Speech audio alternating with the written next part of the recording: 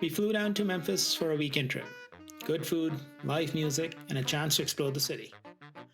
But what ended up staying with us the most was our visit to the National Civil Rights Museum.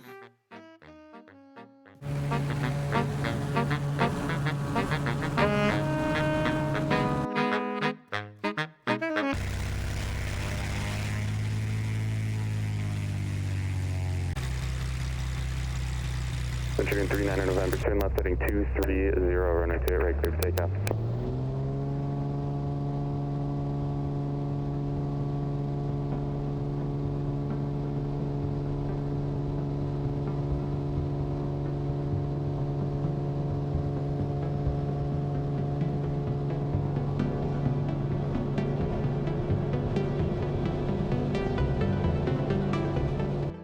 It was a bright but very cold Minnesota morning when we left Flying Cloud Airport and pointed the nose south. Winter was still very much in full swing here, and the area was covered in snow. Memphis is just far enough away that it would normally be a long drive, but in a small airplane, it makes for a really nice weekend trip.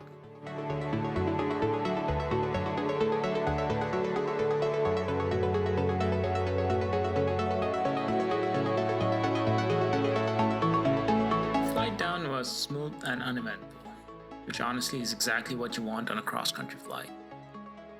We even had about a 13-knot tailwind, which in a Cessna 210 helps this already fast airplane move along even quicker.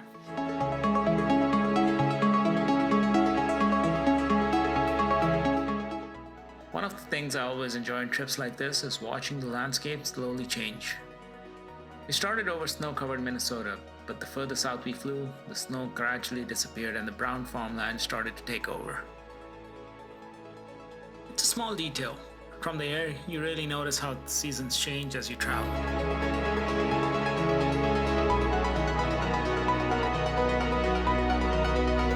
November 6039 November, contact Memphis Center 120.07.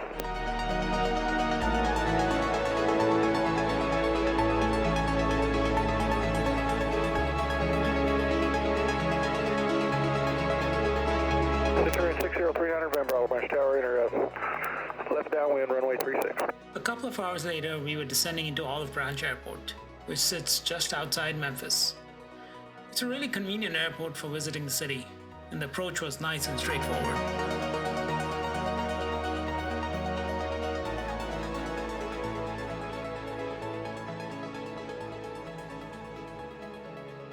One of the things I really enjoy about general aviation is how easy it can make travel.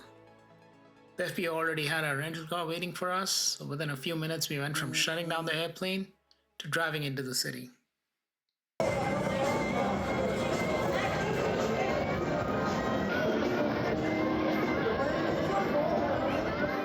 That evening, we headed to Beale Street to explore a bit. The whole area has a really lively atmosphere. Music spilling out of the clubs, neon lights everywhere, and people just enjoying the evening. After spending the day in a quiet cockpit, it's always funny to suddenly be surrounded by crowds and live music. We walked around downtown for a bit and made our way down to the Mississippi River, but the cold weather had followed us further south than we expected, so the river walk didn't last very long. The next morning, we visited the National Civil Rights Museum. The museum is located at the Lorraine Motel, the site where Dr. Martin Luther King Jr. was assassinated in 1968. The exhibits walk through the long history of the struggle for civil rights in the United States, starting with slavery and moving through segregation and the civil rights movement of the 1950s and the 1960s. What makes the museum so powerful is how immersive it is. You're not just reading plaques, you're moving through recreated scenes, listening to recordings, and seeing the events unfold step by step.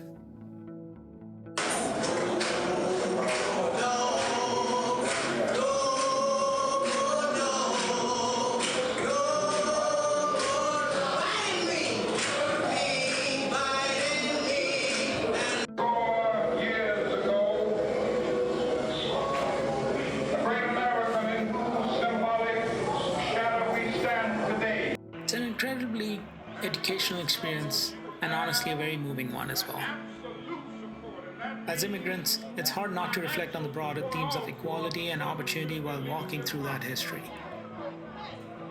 Of everything we did in Memphis that weekend, this visit ended up being the highlight. After spending the morning at the museum, it was time to head back to the airport and start the flight home. By the time we got back to the airport, the winds had picked up quite a bit. They were gusting close to 20 knots on the ground when we took off, which was a good hint that the ride north might be a little more interesting than the flight down. Auburn Tower, latest information, Juliet, 1850 Zulu. Wind 320 at 11, gust 23, visibility 10, sky clear, temperature 7, dew point -9er, altimeter 3043, visual approaching use, runway 36. 39 November, fly heading 360, runway 36, clear for takeoff, climb and maintain 3000.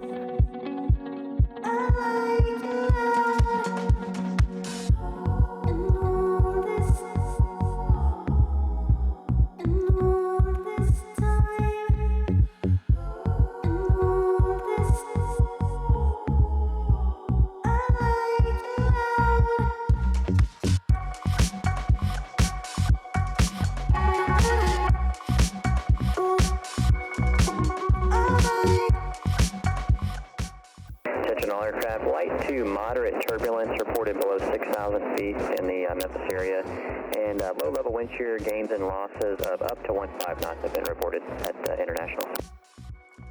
I had filed for 6,000 feet because the forecast was showing stronger winds higher up.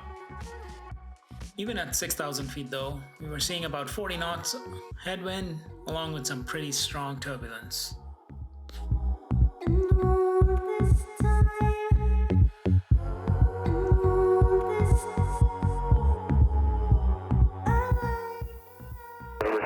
November, climb maintain 8,000. Climb maintain 8,000, 39 November. We tried climbing to 8,000 to see if the air was any smoother. It did smooth out slightly, but the headwind increased to more than 50 knots.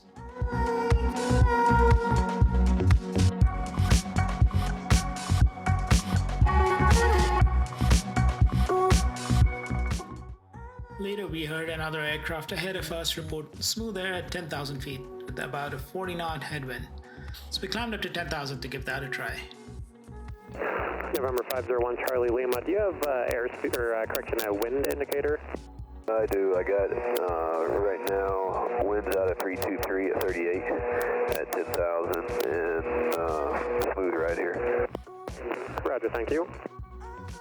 November 39 or November, did you copy that? Affirmative, November 39 November, request altitude for 10,000. November 39 or November, climb and maintain 10,000.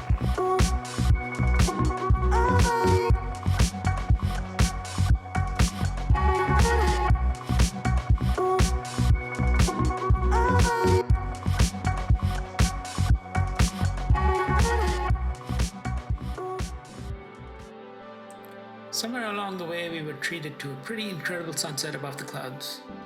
Moments like this are one of the reasons flying long distance in a small airplane never really gets old.